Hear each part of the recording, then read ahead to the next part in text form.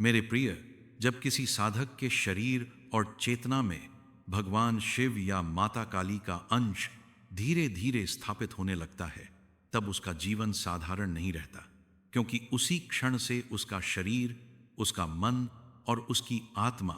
उसे सूक्ष्म दैनिक तथा आध्यात्मिक संकेत देने लगते हैं। और यदि वह व्यक्ति कुछ समय से नियमित रूप से पूजा पाठ, मंत्र जाप या साधनाएं कर रहा होता है, तो यह सूक्ष्म शक्तियां उसकी साधना के प्रभाव से भीतर ही भीतर जागृत होने लगती हैं और उसे यह अनुभूति कराने लगती हैं कि अब वह केवल देह नहीं बल्कि चेतना का वाहक बन रहा है। कई भक्त ऐसे भी होते हैं जो एक साथ अनेक देवी देवताओं की आराधना करते हैं, और ऐसी अवस्था में उन सभी देव शक्तियों का संरक्षण उनके जीवन के साथ साथ चलने लगता है। विशेष रूप से जब कोई साधक भगवान शिव और माता काली की एक साथ उपासना करता है, तब शिव शक्ति का वह दिव्य संपर्क स्थापित होता है जो साधक को सामान्य से असाधारण बना देता है और उसके भीतर शक्ति, वैराग्य तथा करुणा का संतुलन उत्पन्न कर देता है। जैसा कि आप जानते हैं, माता काली की 64 योगिनियां उनके आदेश से ही कार्य करती हैं, और वही योगिनियां माता के संकेत पर उनके भक्त के जीवन में प्रवेश करके उसे अपनी शक्ति का आभास कराती हैं। क्योंकि माता काली स्वयं इन योगिनी शक्तियों के माध्यम से अपने प्रवेश करके भक्तों के कार्य सिद्ध करवाती हैं और समय समय पर उन्हें यह अनुभूति दिलाती हैं कि वे अकेले नहीं हैं। इसी प्रकार भगवान शिव के भी अपने दूत होते हैं जो उनकी आज्ञा और मान्यता के अनुसार कार्य करते हैं, और जब कोई भक्त सच्ची श्रद्धा और पूर्ण समर्पण के साथ शिव की आराधना करता है, तब उसे भी उन दूत शक्तियों का संरक्षण प्राप्त होने लगता है, जो कई बार स्वप्न के माध्यम से तो कई बार आंतरिक संकेतों द्वारा उसके जीवन का मार्गदर्शन करती है। जब माता काली या भगवान शिव की शक्ति का अंश किसी साधक के भीतर बैठने लगता है, तब उसके शरीर और चेतना में कुछ विशेष लक्षण प्रकट होने लगते हैं, और इन्हीं दिव्य लक्षणों के माध्यम से यह संकेत मिलता है कि शिव शक्ति उसके आसपास ही नहीं बल्कि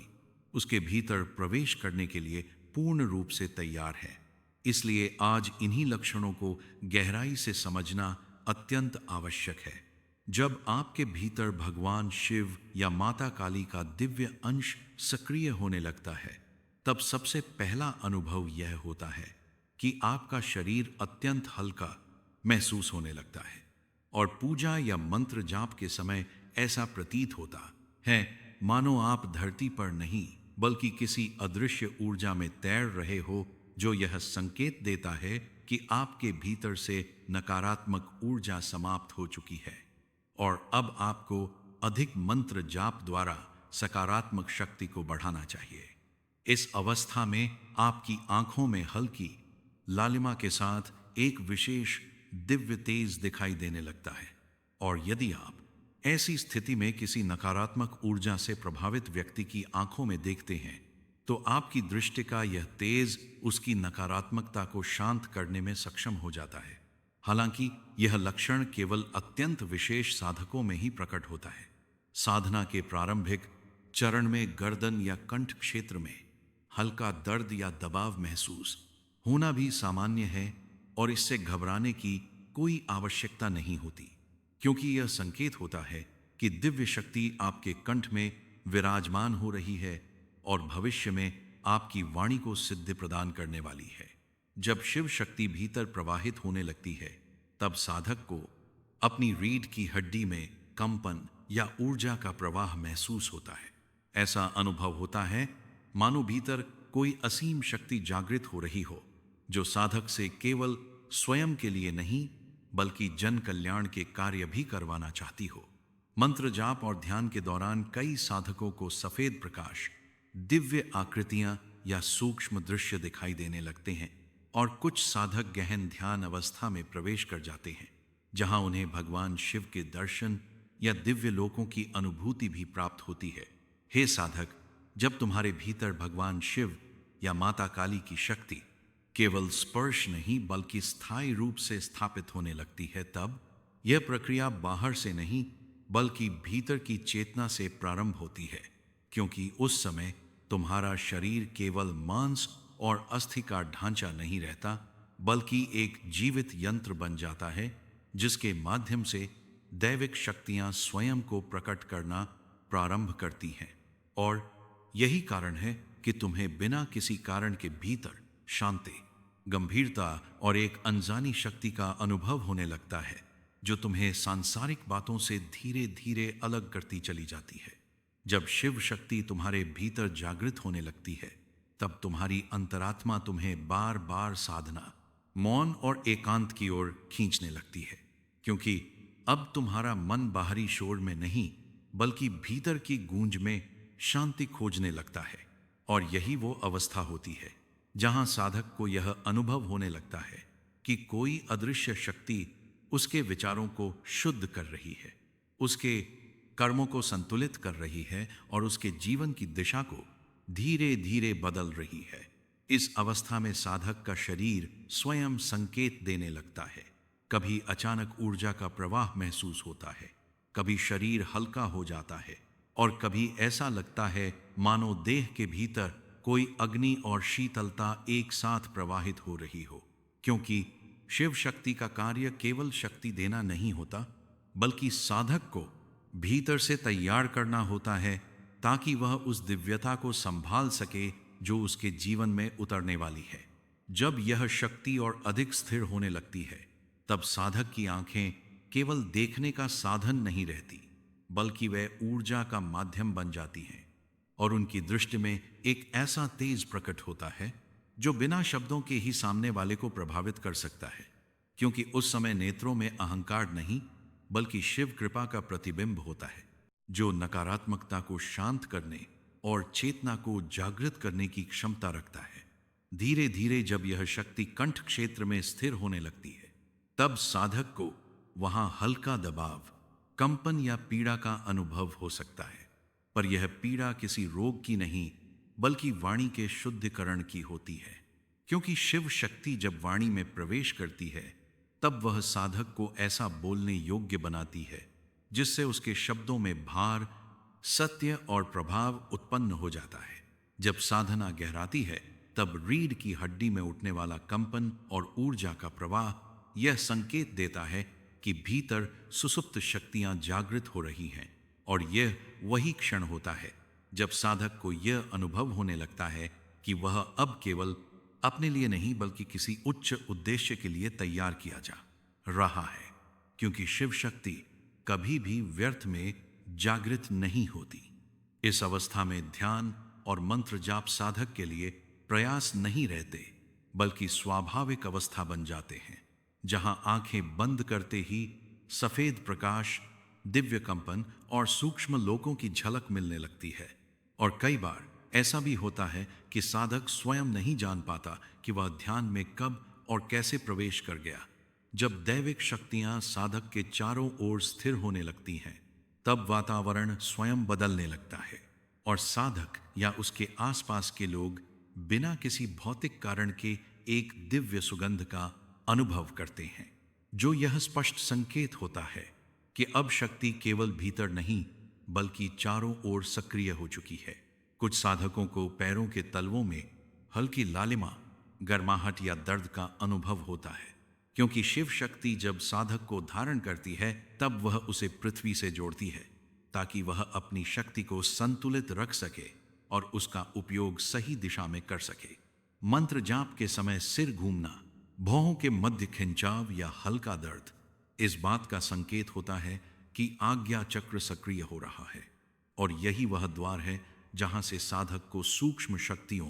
संकेतों और भविष्य के मार्गदर्शन की अनुभूति होने लगती है। जब शिव शक्ति और काली चेतना भीतर और अधिक गहराई से उतरने लगती है, तब साधक के भीतर वर्षों से जमी भावनाएं, पीढ़ाएं और संस्कार स्वतः पिघलने लगते हैं। और इसी अवस्था में मंत्र जाप या ध्यान के समय बिना किसी सांसारिक कारण के आंखों से आंसू बहने लगते हैं, जो दुख के नहीं बल्कि आत्मा की शुद्ध के आंसू होते हैं। क्योंकि यह संकेत होता है कि साधक की चेतना अब पुराने बंधनों से मुक्त होकर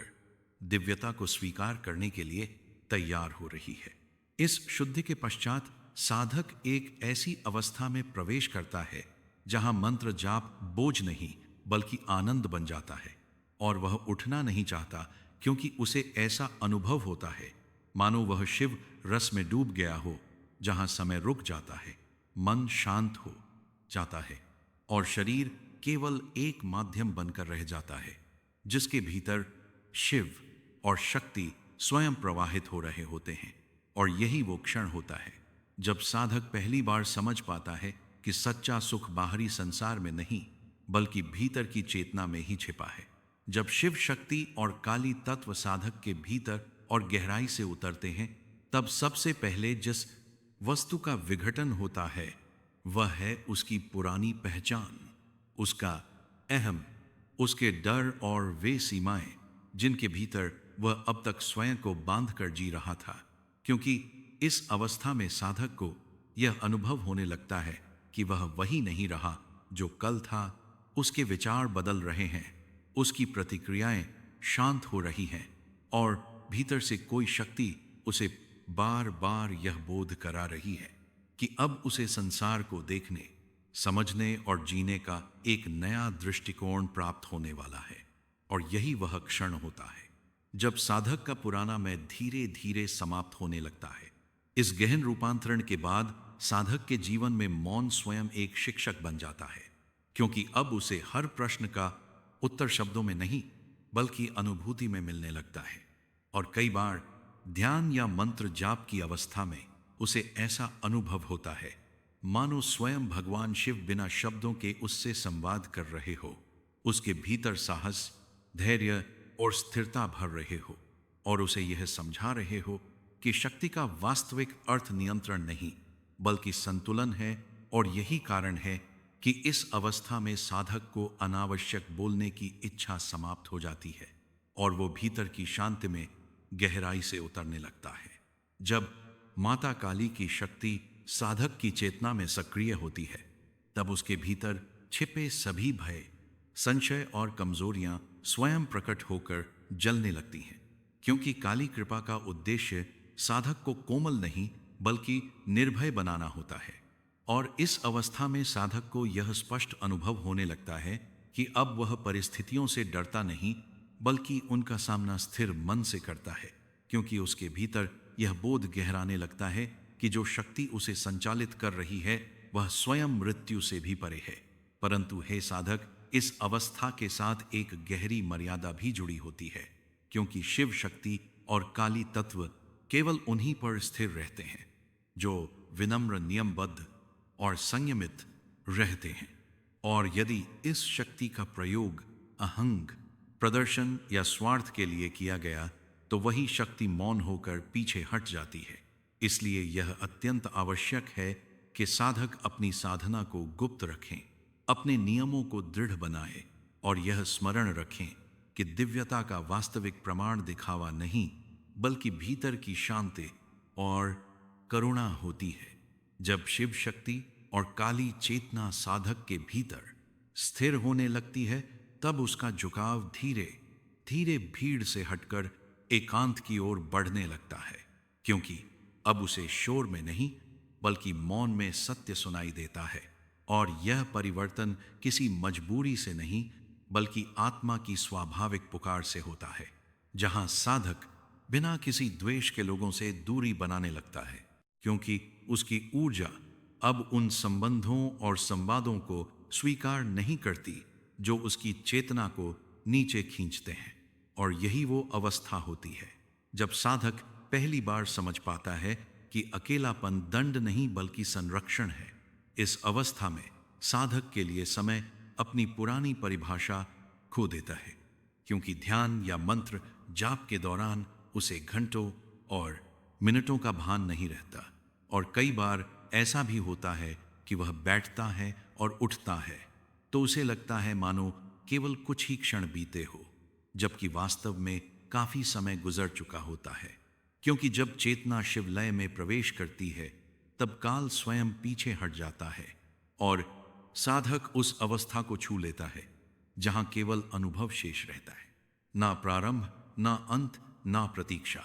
जब साधक की चेतना और अधिक सूक्ष्म हो जाती है, तब वह केवल शब्दों को नहीं बल्कि उनके पीछे छिपी भावना और ऊर्जा को भी महसूस करने लगता है। और इसी कारण वो कुछ स्थानों, कुछ लोगों या कुछ वातावरण में बिना किसी स्पष्ट कारण के असहज महसूस करता है, क्योंकि उसकी आत्मा उन ऊर्जाओं को पहचान लेती है जो उसकी साधना के अनुकूल नहीं होती। और यह संवेदनशीलता कोई कमजोरी नहीं बल्कि उस दिव्य जागरण का प्रमाण होती है जो साधक को अनावश्यक टकरावों से बचाने के लिए स्वयं दिखने लगता है। इस गहन साधना के साथ एक और रहस्य जुड़ा होता है, और वह है अदृश्य संरक्षण। क्योंकि जब साधक सच्चे मन से शिव और काली की शरण में स्थिर हो जाता है, तब उसे हानि पहुंचाने वाली शक्तियां, नकारात्मक दृष्टियां और अनचाहे प्रभाव स्वतः ही उससे दूर रहने लगते हैं। और कई बार साधक को यह भी अनुभव होता है कि जो बाधाएं कभी उसे रोकती थी, वे बिना संघर्ष के ही मार्ग से हटने लगी हैं, क्योंकि अब वह केवल अपनी शक्ति से नहीं बल्कि उस दिव्य संरक्षण से आगे बढ़ रहा होता है जो दिखाई नहीं देता पर हर क्षण सक्रिय रहता है। जब साधक के भीतर शिव शक्ति स्थिर हो जाती है, तब उसके कर्म सामान्य मनुष्यों की तरह देर से फल नहीं देते, बल्कि उसके हर विचार, हर शब्द और हर कर्म का प्रभाव तुरंत आकार लेने लगता है। क्योंकि अब वह केवल अपनी व्यक्तिगत ऊर्जा से नहीं बल्कि शिव के न्याय और संतुलन के क्षेत्र में प्रवेश कर चुका होता है, जहां अच्छा तो कई गुना होकर लौटता है, लेकिन अहंग, क्रोध या अधैर्य भी तुरंत उसका दर्पण दिखा देता है। और यही कारण है कि इस अवस्था में साधक को अत्यंत सजग रहना पड़ता है, क्योंकि शिव शक्ति किसी को दंड नहीं देती, वह केवल सत्य को बिना विलंब प्रकट कर देती है। जब साधक यह सोचने लगता है कि अब सब कुछ स्थिर हो गया है, तभी शिवकाली की वास्तविक परीक्षा प्रारंभ होती है। क्योंकि इस चरण में साधक को बाहरी रूप से कुछ हानियां, संबंधों में टूटन या भीतर एक गहरी पीड़ा का अनुभव हो सकता है, जिसका कोई स्पष्ट कारण नहीं दिखता। परंतु यह पीड़ा दंड नहीं बल्कि परिष्कार होती है, क्योंकि शिव शक्ति अंतिम रूप से यह देखना चाहती हैं कि साधक परिस्थितियों में भी स्थिर रह सकता है या नहीं। और माता काली यह परखती हैं कि क्या उसके भीतर अब भी भय का कोई अंश शेष है। इस अवस्था में साधक के भीतर छिपा हुआ अंतिम अहंग, जो स्वयं को विशेष समझने लगता है, स्वतः प्रकट होकर टूटने लगता है। क्योंकि माता काली का प्रचंड स्वरूप तभी प्रकट होता है जब साधक यह भूलने लगता है कि शक्ति उसकी नहीं बल्कि उसके माध्यम से प्रवाहित हो रही है। और इसी कारण कई साधक इस चरण में भ्रमित हो जाते हैं, पर जो इसे समझ लेता है वह मौन होकर झुक जाता है, क्योंकि वही जान लेता है कि झुकना कमजोरी नहीं बल्कि दिव्यता की पहचान है। जब यह अंतिम अहम भी शांत हो जाता है, तब साधक एक ऐसी अवस्था में प्रवेश करता है जहां उसे स्वयं की कोई परिभाषा स्पष्ट नहीं लगती। न वह स्वयं को बड़ा मानता है, न छोटा, न विशेष, न साधारण, क्योंकि उस क्षण उसका मैं धीरे धीरे शून्य में विलीन होने लगता है। और यही वो पवित्र क्षण होता है जब शिव तत्व पूर्ण रूप से भीतर स्थान ग्रहण करता है। क्योंकि शिव को कोई आकार, कोई पहचान नहीं चाहिए, उन्हें केवल रिक्तता चाहिए जिसमें वह स्वयं को प्रकट कर सकें। इस शून्य के बाद साधक फिर से संसार में लौटता है, पर अब वह पहले जैसा नहीं होता, क्योंकि अब वह बोलता है तो शब्दों में भार होता है, वह देखता है तो दृष्टि में करुणा होती है, और वह चलता है तो उसके कर्मों में संतुलन होता है। क्योंकि शिव और काली अब उसके भीतर अतिथि नहीं बल्कि स्थायी वास कर चुके होते हैं। और यही वह अवस्था होती है जिसे वास्तविक पुनर्जन्म कहा जाता है, जहां देह वही रहती है पर चेतना पूर्णतः नई हो जाती है। जब साधक के भीतर शिव काली का स्थायी वास हो जाता है, तब उसके जीवन में मार्गदर्शन ऊंचे स्वर में नहीं बल्कि सूक्ष्म संकेतों के रूप में प्रकट होने लगता है। कभी अचानक किसी दिशा में जाने से मन रुक जाता है, कभी बिना कारण किसी निर्णय से दूरी बन जाती है और कभी भीतर से एक शांत चेतावनी उठती है जो उसे संभावित हानि से पहले ही रोक लेती है। क्योंकि इस अवस्था में शिव शक्ति शब्दों से नहीं बल्कि अनुभूति से बोलती है और साधक का मन इतना शुद्ध हो चुका होता है कि वह उन संकेतों को तर्क से नहीं बल्कि श्रद्धा से स्वीकार कर लेता है। इस चरण में साधक यह अनुभव करने लगता है कि उसकी उपस्थिति स्वयं एक प्रभाव बनाता है चुकी है, क्योंकि बिना कुछ कहे ही उसके आसपास का वातावरण शांत होने लगता है। लोग अनायास ही उससे अपने मन की बातें साझा करने लगते हैं और कई बार वे स्वयं नहीं जानते कि क्यों वो उसके पास बैठकर हल्कापन महसूस कर रहे हैं, क्योंकि शिव काली की ऊर्जा अब साधक के शब्दों में नहीं बल्कि उसके मौन, उसकी दृष्टि और उसकी श्वास तक में प्रवाहित होने लगती है, जो बिना किसी प्रयास के दूसरों की चेतना को स्पर्श कर लेती है। जब यह प्रभाव और अधिक स्थिर होता है तब साधक के भीतर करुणा किसी भावना की तरह नहीं बल्कि स्वाभाविक अवस्था की तरह प्रकट होती है, जहां वह दूसरों के दुख को देखकर विचलित नहीं होता बल्कि स्थिर होकर उन्हें सहारा देने की क्षमता विकसित कर लेता है, क्योंकि अब उसकी शक्ति प्रतिक्रिया देने में नहीं बल्कि थाम लेने में प्रकट होती है। और यही वह बिंदु होता है जहां शिव शक्ति यह बिंदु होता है स्पष्ट कर देती है कि वास्तविक सामर्थ्य आक्रामकता में नहीं बल्कि संतुलित करुणा में निवास करता है। इस करुणा के साथ ही साधक पर एक अदृश्य दायित्व भी उतर आता है, क्योंकि अब उसके प्रत्येक विचार और कर्म का प्रभाव केवल उसके जीवन तक सीमित नहीं रहता बल्कि उसके आसपास की चेतना को भी प्रभावित करने लगता है। और यही कारण है कि शिव काली इस चरण में साधक को अत्यंत सजग बनाते हैं, ताकि वह यह स्मरण रखे कि जो शक्ति उसे प्राप्त हुई है वह प्रदर्शन के लिए नहीं बल्कि सेवा और संतुलन के लिए है। और यदि वह इस भार को समझ लेता है तो वही शक्ति उसके लिए वरदान बन जाती है और अंततः साधक उस बोध तक पहुंचता है वहां उसे यह समझ में आका जाता है कि शिव और काली कोई बाहरी सत्ता नहीं बल्कि उसकी अपनी जागृत चेतना का ही विस्तृत रूप है।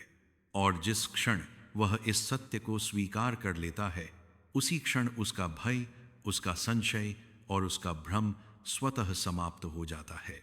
क्योंकि तब वह जान लेता है कि जिसे वह वर्षों से बाहर खोज रहा था वह सदा से उसके भीतर ही विराजमान था। और यही वह अंतिम शिक्षण है जहां साधक पूजा से आगे बढ़कर स्वयं पूजा का स्वरूप बन जाता है। जब साधक इस यात्रा के इस निर्णायक चरण में प्रवेश करता है तब उसके भीतर यह सत्य केवल विचार के रूप में नहीं बल्कि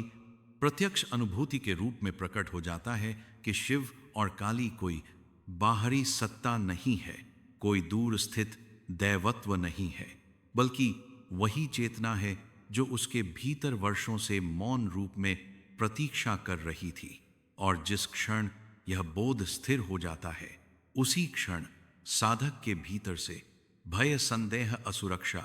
और भविष्य की चिंता स्वतः गलने लगती है, क्योंकि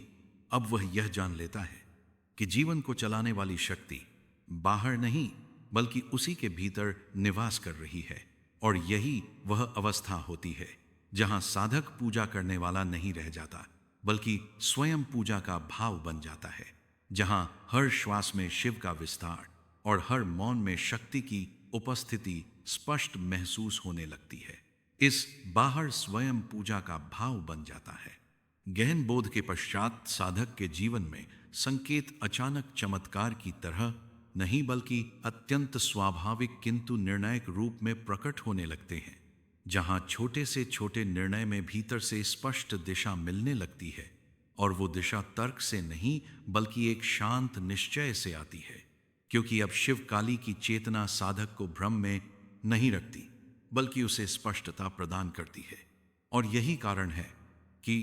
इस अवस्था में साधक बाहरी सलाह, भीड़ की राय या सामाजिक शोर से धीरे धीरे मुक्त होने लगता है, क्योंकि उसका विश्वास अब परिस्थितियों पर नहीं बल्कि उस आंतरिक स्थिरता पर टिक दिख जाता है जो उसे हर स्थिति में संतुलित बनाए रखती है। जब चेतना इस पज्जांतर कुशैलियाहाद स्तर तक स्थिर हो जाती है, तब साधक के जीवन के कई पुराने संबंध बिना किसी संघर्ष, बिना किसी कटुता और बिना किसी आरोप के स्वतः बदलने लगते हैं, क्योंकि अब उसकी ऊर्जा उन आवृत्तियों के साथ सामंजस्य नहीं रखती जो उसे नीचे खींचती थी। और यह दूरी किसी त्याग का परिणाम नहीं, बल्कि चेतना के स्वाभाविक पुनर्संतुलन का संकेत होती है। जहां शिव शक्ति साधक को यह सिखाती है कि हर संबंध को पकड़े रहना प्रेम नहीं होता और हर दूरी पलायन नहीं होती, बल्कि कई बार मौन दूरी ही दोनों के लिए सबसे बड़ी करुणा बन जाती है। जब साधक इस अवस्था में स्थिर हो जाता है, तब उसकी वाणी में एक स्वाभाविक संयम उतर आता है, क्योंकि अब वह यह भली भांति समझने लगता है कि हर दूरी पलायन, सत्य को शब्दों में ढालना आवश्यक नहीं होता और हर मौन कमजोरी का प्रतीक नहीं होता, बल्कि कई बार मौन ही वह माध्यम बन जाता है जिसके द्वारा शिव स्वयं कार्य करते हैं।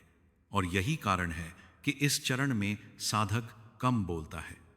पर जब बोलता है तो उसके शब्द हल्के नहीं होते, उनमें भार होता, स्पष्टता होती है और अनावश्यक प्रमाण देने की आवश्यकता नहीं रहती, क्योंकि शिव तत्व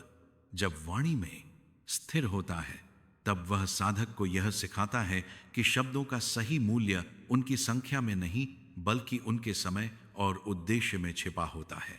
इस चेतन अवस्था में साधक के कर्मों का स्वरूप भी परिवर्तित हो जाता है, क्योंकि अब वह कार्य किसी पहचान, प्रशंसा या फल की अपेक्षा से नहीं करता, बल्कि एक आंतरिक सहजता के साथ करता है। और यही सहजता धीरे धीरे सेवा में परिवर्तित हो जाती है, जहां वह बिना किसी घोषणा के बिना स्वयं को आगे रखे दूसरों के लिए उपलब्ध होने लगता है, क्योंकि शिव काली की शक्ति उसे यह स्मरण कराती है कि वास्तविक साधना मंदिरों तक सीमित नहीं होती, बल्कि जीवन के हर उस क्षण में प्रकट होती है जहां किसी दूसरे का भार हल्का किया जा सके। और यही वह बिंदु होता है जहां शक्ति करुणा का रूप ले लेती है। परंतु हे साधक, इसी शांति के साथ कभी कभी फिर से हल्की परीक्षाएं भी आती हैं, ना तुम्हें गिराने के लिए और ना तुम्हें दंड देने के लिए, बल्कि केवल यह देखने के लिए कि जो बोध तुम्हें प्राप्त हुआ है वह क्षणिक अनुभव था या स्थायी चेतना बन चुका है। और इन परीक्षाओं में अब तूफान नहीं आते, बल्कि छोटे छोटे क्षण आते हैं जहां प्रतिक्रिया देने का अवसर होता है। और यदि साधक वहां भी स्थिर रह पाता है, तो शिव शक्ति मौन रूप से यह स्वीकार कर लेती हैं कि अब यह चेतना परिस्थितियों से नहीं डगमगाएगी। जब साधक इस स्तर पर स्थिर हो जाता है, तब उसके जीवन में एक ऐसा संरक्षण सक्रिय हो जाता है जिसे आंखों से देखा नहीं जा सकता, पर जिसकी उपस्थिति हर मोड़ पर अनुभव की जा सकती है, क्योंकि कई बार ऐसी परिस्थितियां स्वतः टल जाती हैं जो उसे हानि पहुंचा सकती थी। कई संकट आते आते रुक जाते हैं और कई कठिन निर्णय बिना संघर्ष के स्पष्ट हो जाते हैं, और साधक यह समझने लगता है कि अब वह केवल अपनी बुद्धि या प्रयास से नहीं, बल्कि उस अदृश्य सल के साथ चल रहा है जो शिव काली की कृपा से हर क्षण उसके चारों ओर सक्रिय है। और यही कारण है कि भय धीरे धीरे उसके भीतर से समाप्त होने लगता है, क्योंकि उसे यह अनुभूति हो जाती है कि वह अकेला नहीं है, भले ही बाहर से सब कुछ मौन क्यों ना दिखाई दे। इस संरक्षण के स्थिर होते ही साधक के भीतर एक आंतरिक गुरु पूर्ण रूप से जागृत होने लगता है, और अब उसे हर बात के लिए बाहरी संकेत, सलाह या अनुमोदन की आवश्यकता नहीं रहती, क्योंकि वह यह जान चुका होता है कि सच्चा मार्गदर्शन बाहर नहीं, बल्कि उसी चेतना से आता है जो अब उसके भीतर स्थिर हो चुकी है। और यही वो क्षण होता है जहां साधक दूसरों से सीखना बंद नहीं करता, लेकिन उन पर निर्भर रहना छोड़ देता है, क्योंकि शिव तत्व उसे बात व दत्ता है, आत्मविश्वास नहीं बल्कि आत्मस्थता सिखाता है, जहां निर्णय अहं से नहीं बल्कि शांत स्पष्टता से लिए जाते हैं और हर कदम भीतर की सहमति के साथ आगे बढ़ता है। यहीं पर शिव काली साधक को सबसे सूक्ष्म और सबसे कठोर मर्यादा सिखाते हैं कि जो शक्ति उसे प्राप्त हुई है वह प्रदर्शन करने के लिए नहीं बल्कि साधने के लिए है। और यदि उसने कभी भी इस शक्ति का उपयोग स्वयं को विशेष सिद्ध करने, दूसरों पर प्रभाव जमाने या अहम को पोषित करने के लिए किया, तो वही शक्ति बिना किसी चेतावनी के मौन होकर पीछे हट जाएगी, क्योंकि दिव्यता शोर में नहीं ठहरती और शक्ति केवल उन्हीं में स्थिर रहती है जो स्वयं को साधारण मानकर चलते हैं। और यही अनुशासन साधक को भीतर से शुद्ध और स्थिर बनाए रखता है। इस मर्यादा को स्वीकार करने के बाद साधक के जीवन में किसी चमत्कारिक प्रदर्शन की बजाय एक गहरा स्थायित्व उतर आता है। जहां दुख आता है तो वह तोड़ता नहीं और सुख आता है तो वह बांधता नहीं, क्योंकि चेतना अब द्वंद्वों से ऊपर उठ चुकी होती है और शिव काली का वास अब भावनाओं में नहीं बल्कि अस्तित्व की गहराई में हो चुका होता है। और यही वह शांत वैभव होता है जिसे बाहर से देखने वाला सामान्य समझ सकता है, लेकिन भीतर से साधक जानता है कि अब उसका जीवन परिस्थितियों के उतार चढ़ाव से नहीं बल्कि एक अक केंद्र से संचालित हो रहा है। इस अवस्था में साधक को यह पूर्ण रूप से स्पष्ट हो जाता है कि संसार बदला नहीं है, बल्कि उसे देखने वाली दृष्टि बदल चुकी है और वही घटनाएं जो कभी उसे विचलित करती थी अब उसे प्रशिक्षित करती हैं, क्योंकि शिव दृष्टि समस्याओं को बाधा नहीं बल्कि साधना का विस्तार मानती है। और यही कारण है कि साधक अब जीवन से लड़ता नहीं बल्कि उसके साथ बहना सीख जाता है, जहां हर अनुभव उसे तोड़ता नहीं बल्कि और अधिक गहरा,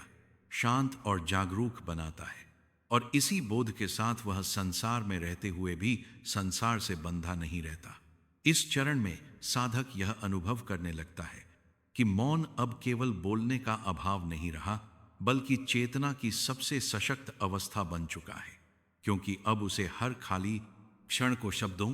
विचारों या गतिविधियों से भरने की आवश्यकता नहीं रहती। और यही मौन धीरे धीरे उसकी स्थायी साधना बन जाता है, जहां शिव तत्व बिना किसी मंत्र के भीतर गूंजता रहता है और साधक यह समझने लगता है कि वास्तविक शांति बाहर से नहीं बल्कि उसी मौन से जन्म लेती है जिसे वह पहले अनदेखा करता आया था। और अब वही मौन उसका सबसे बड़ा सहारा बन जाता है। जब यह मौन और अधिक स्थिर होता है तब साधक की व्यक्तिगत इच्छाएं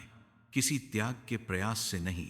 बल्कि गहरी समझ से स्वयं क्षीण होने लगती हैं, क्योंकि अब वह जान लेता है कि इच्छा तब तक बोझ रहती है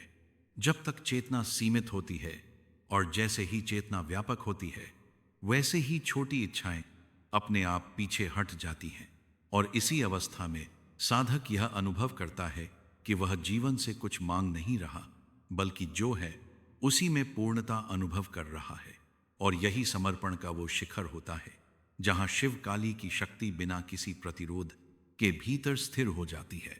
इस स्तर पर साधक जीवन के हर पक्ष को बिना संघर्ष स्वीकार करना सीख लेता है, ना इसलिए कि वह कमजोर हो गया है बल्कि इसलिए कि वह यह समझ चुका है कि प्रतिरोध ऊर्जा को तोड़ता है और स्वीकृति उसे स्थिर करती है। और यही कारण है कि सुख आए तो वह उससे चिपकता नहीं और दुख आए तो वह उससे भागता नहीं, क्योंकि अब वह जानता है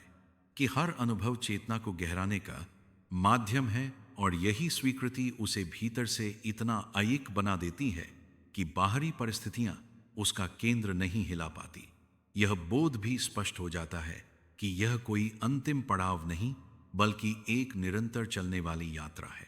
जहां साधना किसी विशेष समय या स्थान तक सीमित नहीं रहती बल्कि जीवन के हर क्षण में घुल जाती है, चाहे वह कार्य हो, विश्राम हो, संवाद हो या मौन, क्योंकि अब साधक के लिए हर श्वास साधना बन जाती है और हर अनुभव शिव काली की उपस्थिति का विस्तार। और यही वो अवस्था होती है जहां जीवन और साधना के बीच की रेखा पूर्ण रूप से मिट जाती है। इस अवस्था में शिव और काली साधक से कुछ कहते नहीं, कोई स्पष्ट आदेश नहीं देते, बल्कि उसका जीवन ही उनका संदेश बन जाता है, क्योंकि अब वह जहां जाता है वहां शांति का संकेत छोड़ता है और जहां बैठता है वहां संतुलन का प्रभाव। और यही वह मौन आदेश होता है जो शब्दों के बिना भी कार्य करता है, क्योंकि दिव्यता को प्रचार की नहीं बल्कि उपस्थिति की आवश्यकता होती है, और साधक अब वही उपस्थिति बन चुका होता है। अब साधक भीतर से पूर्णतः स्वतंत्र अनुभव करता है, क्योंकि उसकी शांति किसी परिणाम, किसी संबंध या किसी उपलब्धि पर निर्भर नहीं रहती, और यही आंतरिक स्वतंत्रता उसे हल्का बना देती है, जहां वो संसार में रहते हुए भी उससे बंधा नहीं रहता, क्योंकि अब उसका आधार परिस्थितियां नहीं बल्कि वो आकाशीय चेतना होती है जो भीतर फैल चुकी होती है और जिसे कोई भी घटना सीमित नहीं कर सकती। इस स्वतंत्रता के साथ साधक के भीतर करुणा भी स्थिर हो जाती है, जो ना तो उसे संसार से बांधती है और ना ही उससे दूर भगाती है, बल्कि उसे संतुलन में स्थिर रखती है, जहां वह दूसरों के दुख को देखकर टूटता नहीं बल्कि शांत होकर सहारा बनता है, क्योंकि अब उसकी करुणा भावुक प्रतिक्रिया नहीं बल्कि गहरी समझ से उत्पन्न हुई अवस्था होती है, जो बिना थके और बिना शोर के कार्य करती रहती है। अब साधक की उपस्थिति स्वयं कार्य करने लगती है, क्योंकि उसे प्रभाव डालने का प्रयास नहीं करना पड़ता और ना ही स्वयं को सिद्ध करने की आवश्यकता रहती है, क्योंकि शिव काली की ऊर्जा बिना प्रयास के ही उसके चारों ओर फैलने लगती है और लोग उसके पास आकर अनायास ही हल्कापन अनुभव करते हैं, क्योंकि शक्ति अब उसके शब्दों में नहीं बल्कि उसकी स्थिरता में निवास करने लगती है। इस समापन से पहले शिव काली का अंतिम और सबसे आवश्यक संदेश यही होता है कि इस पथ को कभी उपलब्ध समझकर मत छोड़ देना, क्योंकि यह मार्ग अहम को सजाने के लिए नहीं बल्कि उसे विसर्जित करने के लिए है। और जो साधक इस चेतना को स्वयं की महानता का